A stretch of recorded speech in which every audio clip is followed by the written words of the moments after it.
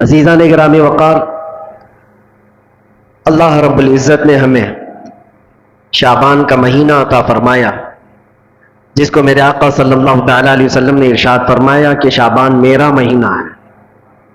ہم حضور پاک صلی اللہ علیہ وسلم کے مہینے میں داخل ہیں، اور دعا یہ کرنا بھی سنت ہے کہ اللہ کے نبی صلی اللہ تعالی علیہ وسلم جیسے ہی رجب کا مہینہ آتا تو دعا فرماتے ہیں، اللہم بارک لنا فی رجب و شعبان و بلغنا رمضان۔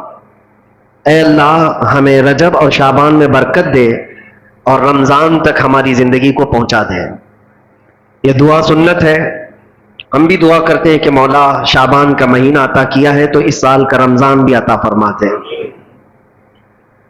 عزیزان گرامی، حضور پاک صلی اللہ تعالی علیہ وسلم کی ذات اقدس کو رب کریم نے ہمارے درمیان اس طرح سے رکھا ہے کہ ہمارا ہر کام اور ہماری ہر شے حضور پاک صلی اللہ تعالی علیہ وسلم سے جڑی ہوئی ہے۔ اسی لیے اس کو اگر ایک جملے میں سمجھنا ہے تو وہ یوں ہے، وہ جو نہ تھے تو کچھ نہ تھا، اور وہ جو نہ ہو تو کچھ نہ ہو۔ ہماری زندگی حضور کے بغیر کچھ نہیں ہے، اور نہ ہی ہمارے سفر کا کوئی حصہ اور نہ ہی کوئی منزل حضور کے نام کے بغیر ہو سکتی ہے۔ جو چاہے دین سے باہر کچھ بھی کر لو، دین کے اندر حضور ہے۔ نبی پاک صلی اللہ تعالی علیہ وسلم کو چھوڑ کر کے اگر کوئی یہ کہتا ہے کہ یہ بھی حصہ ہو سکتا ہے تو ناممکن ہے، پاسبل نہیں۔ عزیزان گرامی، اعلیٰ حضرت فاضل بریلوی رضی اللہ تعالیٰ عنہ تو یوں فرماتے ہیں، وہ جہنم میں گیا جو ان سے مستغنی ہوا۔ مستغنی کا مطلب جو کہتا ہے کہ اب مجھے نبی کی حاجت نہیں ہے، اگر مجھے رسول کی حاجت نہیں، ضرورت نہیں، جو یوں کہا وہ جہنم میں گیا جو ان سے مستغنی ہوا۔ ہے خلیل اللہ کو بھی حاجت رسول اللہ کی، ہے خلیل اللہ کو بھی حاجت رسول اللہ کی۔ سیدنا ابراہیم خلیل اللہ علیہ الصلوۃ والتسلیم اولو العزم پیغمبر ہے، وہ جلیل القدر پیغمبر ہے، جن کی آزمائشیں صبح قیامت تک یاد کی جاتی رہیں گی، جن کے بیٹے کا ذبح ہونے کا، اور جن کے بہت سارے ایسے کردار جو حج اور عمرے میں ادا کیے جاتے ہیں۔ ان کی زندگی پاک کا ایک بہت اہم واقعہ کہ آپ کو آگ میں ڈالا گیا تھا، پتہ ہے؟ حضرت ابراہیم علیہ الصلوۃ والتسلیم کو آگ میں ڈالا گیا تھا، لیکن بھڑکتی ہوئی آگ نے آپ کا کچھ نہ بگاڑا۔ حضرت ابراہیم علیہ السلام صحیح سلامت اس آگ سے باہر آئے۔ آپ کو پتہ ہے، مفسرین فرماتے ہیں وجہ یہ ہے کہ ابراہیم علیہ السلام کی پیشانی میں اس وقت نور محمدی جگمگا رہا۔ حضور پاک صلی اللہ علیہ وسلم کس کی اولاد میں سے ہیں؟ ابراہیم علیہ السلام کی اولاد میں سے، اور یہی کہا ہے کہ جب حضرت اسماعیل علیہ السلام کو ذبح کرنے کے لیے ابراہیم علیہ السلام لٹائے تو وہ تیز چاقو ان کے ہاتھ میں تھی کہ وہ پتھر کو مارتے تو 2 ٹکڑے ہو جاتے تھے، پتھر کٹ جاتا تھا، لیکن اسماعیل علیہ السلام کے نرم و نازک گلے پہ چلاتے تو چلتی نہیں تھی، گلا کٹتا نہیں تھا۔ 3 مرتبہ کوششیں کی ابراہیم علیہ السلام نے، گلا کٹا نہیں، اور پتھر پر مارتے تو پتھر کٹ جاتا تھا۔ مفسرین فرماتے وجہ وہاں پر بھی یہی ہے کہ اسماعیل علیہ السلام کی پیشانی میں نور محمدی موجود تھا، ابھی محمد مصطفیٰ صلی اللہ علیہ وسلم کو کائنات میں آنا باقی تھا۔ ہر جگہ جلوے مصطفیٰ کے دیکھو گے، اسی لیے اعلیٰ حضرت نے کہا ہے خلیل اللہ کو حاجت رسول اللہ کی۔ جب انبیاء کرام علیہ السلام کو نبی کی حاجت ہے تو ہم اور تم کیا ہے؟ امتی ہیں۔ ہمیں بغیر مصطفیٰ کریم صلی اللہ تعالی علیہ وسلم کے یہاں پر کوئی چیز حاصل کرنا پاسبل نہیں ہے۔ اسی لیے اعلیٰ حضرت فرماتے ہیں بخدا خدا کا یہی ہے در۔ بخدا مطلب قسم خدا کی، بخدا کا مطلب ہوتا ہے قسم خدا کی، بخدا خدا کا یہی ہے در، نہیں اور کوئی مفر مکر۔ اردو ہارڈ ہے لیکن سمجھ لے تو سمجھ میں آ جائے۔ مفر کہتے بھاگنے کی جگہ، اور مکر کہتے ٹھہرنے کی جگہ۔ اعلیٰ حضرت فرماتے ہیں حضور کو چھوڑو گے تو نہ بھاگنے کی جگہ ہے نہ ٹھہرنے کی جگہ ہے، کہاں جاؤ؟ نہیں اور کوئی مفر مکر۔ اور اگر کوئی یہ کہتا ہے میں بہت پہنچا ہوا ہوں، اللہ کی بارگاہ میں میرا بڑا مقام ہے، کوئی اپنے آپ کو ولی بھی ثابت کرتا ہو، یا کچھ لوگوں نے مل کر کے کسی کو ولی اللہ بنا دیا ہو، سب کان کھول کر کے سن لے، کوئی ولی کب بنتا ہے، کوئی اللہ کا ولی کیسے مشہور کر دیا جاتا ہے۔ لوگوں کے ڈھکوسلے سے کوئی ولی نہیں بنتا،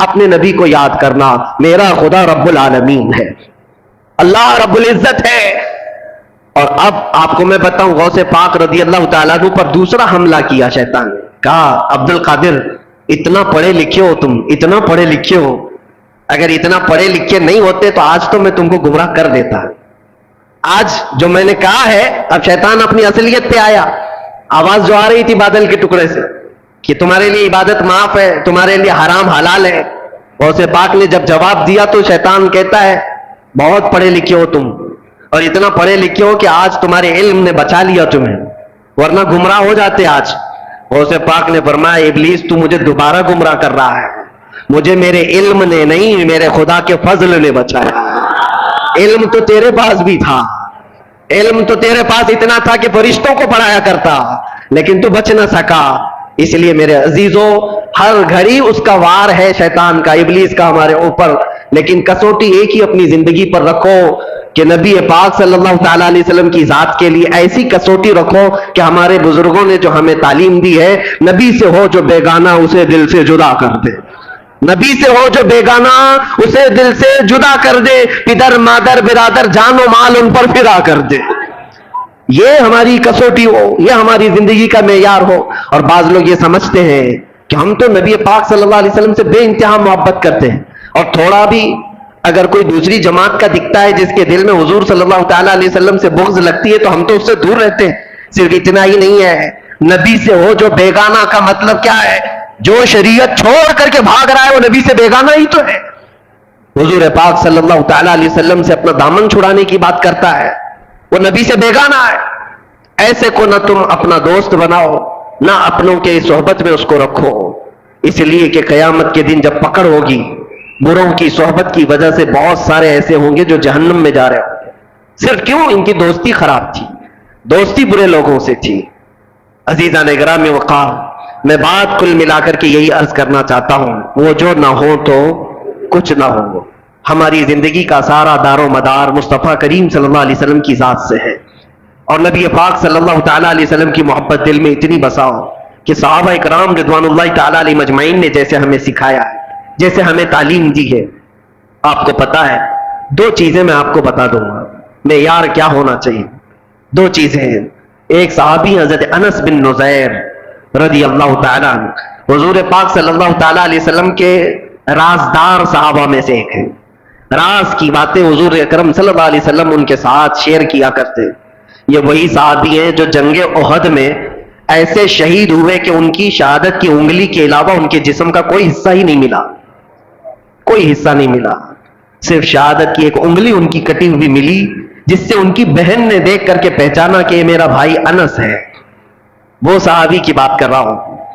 جوانی کا عالم ہے, اور جوانی لوگ تو سمجھتے انگارے کا نام ہے, اندر خواہشات کیا ایک طوفان ہوتا ہے, الگ الگ سب کی جوانیاں ہوتی ہیں, لیکن وہ صحابی رسول جس سے بے پناہ محبت کرتے تھے, عشق کرتے تھے, ان سے شادی بھی کر لیا, نکاح کر لیا.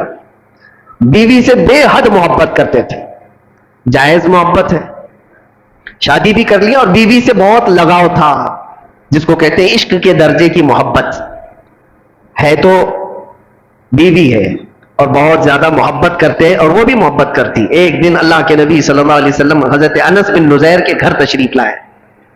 جب بیٹھے تھے حضرت انس کے ساتھ, مکہ کا ایک قاصد آیا ایک خط لے کر کے.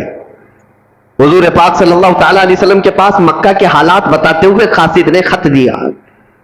حضور صلی اللہ علیہ وسلم نے انس بن نزیر سے کہا پڑھو خط میں کیا ہے, سناؤ. انس بن نزیر نے پڑھ کر کے سنایا. اس میں مکہ والے جنگوں کی جو تیاریاں کر رہے ہیں اس کے سارے معاملات لکھے ہوئے تھے کہ مکہ والے مدینے کے اوپر اٹیک کرنا چاہتے, حملہ کرنا چاہتے, اور یہ سارے حالات اس خط میں راز کے طور پر تھے. نبی پاک صلی اللہ تعالیٰ علیہ وسلم نے فرمایا بند کرو انس, یہ تیرے اور میرے بیچ میں راز ہے, کسی کو پتہ نہیں چلنا چاہیے, اس کو سنبھال کے رکھو.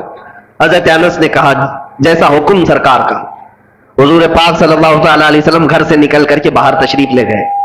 ابھی باہر گئے تھے کہ انس بن نزیر کی بیوی اندر سے آئی, جس سے بے حد محبت کرتے تھے آپ, بہت عشق کرتے تھے.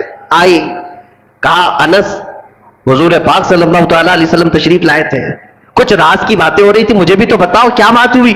انس بن نزیر نے کہا تیری محبت تیرا عشق اپنی جگہ پر, وہ میرے اور نبی پاک کے درمیان کی بات ہے, وہ نہیں بتایا جا سکتا.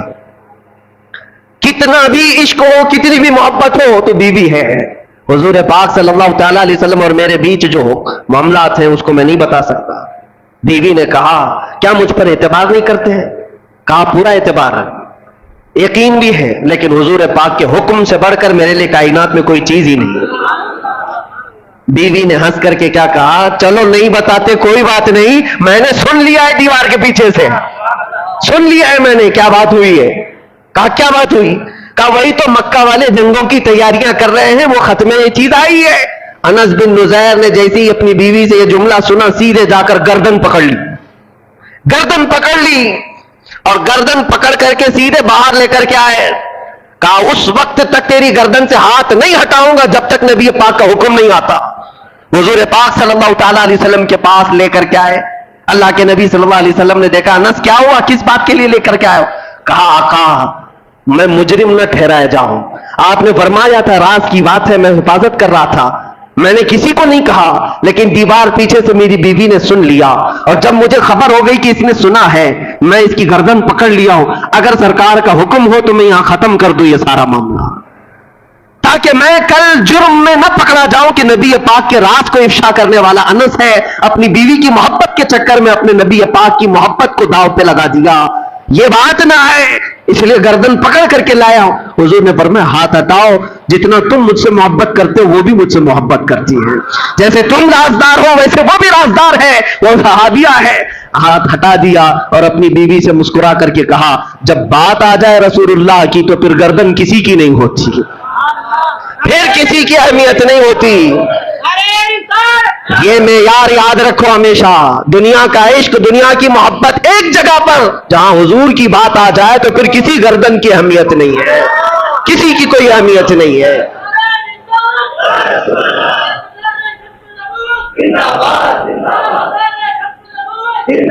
یہی معیار صحابہ نے ہمیں دیا تھا, یہی معیار.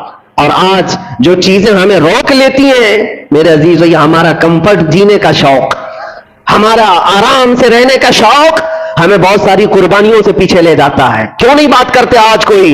حضور پاک صلی اللہ تعالیٰ علیہ وسلم پر اگر کتے بھونکتے ہو, کوئی خاموش بیٹھتا ہے یا کوئی خاموشی سے سنتا ہے تو صرف اس کے پاس ایک مجبوری ہے, بولوں گا تو میرے بیوی بچوں کا کیا ہوگا, میرے گھر بار کا کیا ہوگا, میرے جائیداد کا کیا ہوگا. میں پوچھتا ہوں کیا وہ صحابہ کے بیوی بچے نہیں تھے, ان کی جائیدادیں نہیں تھی, ان کے گھر بار نہیں تھے؟ عزیزان گرامی وقار, ان کے تو ایسے تھے, ایسے تھے جن سے وہ کمال درجے عشق کرتے, محبت کرتے, لیکن جب حضور کی بات آتی تو کہتے کل جہاں ایک طرف, میرے مصطفیٰ کی محبت الگ ہے, اس کا مقام الگ ہے. حضور اکرم صلی اللہ تعالیٰ علیہ وسلم سے یہی درجہ عشق ہمیں صحابہ نے دیا. اگر وہ چیز معاشرے میں آ جائے میرے عزیزو, پھر تمہیں کوئی بٹھا نہیں سکے گا, کوئی تمہیں جھکا نہیں سکے گا. آج مجھے اس بات کا احساس ہے کہ میں جو باتیں کرتا ہوں اس سے لوگوں کو تکلیف کیوں ہے. بہت سارے خطیب ہیں, بہت سارے مقرر ہیں.